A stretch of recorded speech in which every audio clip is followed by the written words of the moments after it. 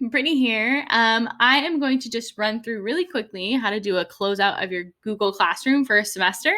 And what I want to show you first is that I've created the new Google Classroom that I want my students to go into at the start of the new semester, new trimester, so that it's there and it exists. And the reason that I've done this is because I want to make it really easy for my kids to get into that classroom. I don't want to send out codes. I don't want to do any of that. So what I'm going to do is I just created the classroom. There's nothing in it. And I'm going to go ahead and copy that invite link. And I'm going to go to my current Google Classroom. And what I've done here is I've gone ahead and made it an announcement. And when kids click on this, it's going to enroll them directly into that Google Classroom, that new semester, just by clicking on it. Google created that invite link in September. So it's working, and will only work for students in our domain. It still has the same limitations. So if that student sends it to someone else outside of our domain, that person they'll get the error code that we all know kind of exists out there. So that's going to be the first thing that I'm going to do. From here, I'm going to check out what I need to review. So I'm going to go to review. And I'm going to check all my drop-down menus here along the side. I can go scroll through specific classes that have specific work there and check out those things. And if I need to, just click on the assignment. I can see what is here. Make sure that all of that work is done and graded and ready to go.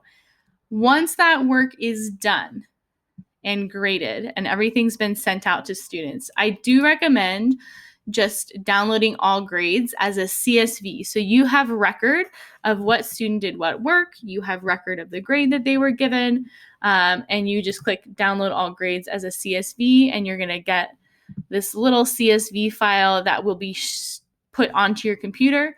You can put it in your Google Drive. Once you've downloaded that CSV file, what I would do is once I'm ready to archive the class, I would go in and I would actually remove the students out of it. And again, this is why you want to download the CSV first so that you have the students with their names and grades. To remove students, you can just go ahead and click the check boxes and then click remove. Again, this is an optional step. You don't have to remove the students. However, the students will have access to the assignments. And if you reuse posts over the years, they will still have access to what that assignment looks like. Nothing wrong with that, because you would always know if a student shared the documents, etc., via version history in an assignment. But finally, once you are ready, you can go ahead and click the three dots, click archive to archive that class. What archiving does is it just takes it kind of out of your field of vision, off of your screen.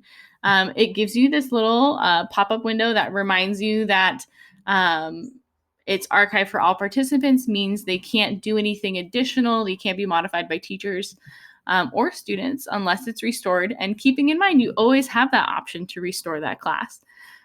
This class will be moved to your archive classes, and you do have all the files in the Google Drive. So once you archive it, it just comes off your little dashboard. If you want to revisit it, archive classes is down near the bottom, and you'll find it in your archive classes. Again, from here, you can restore it or you can delete it.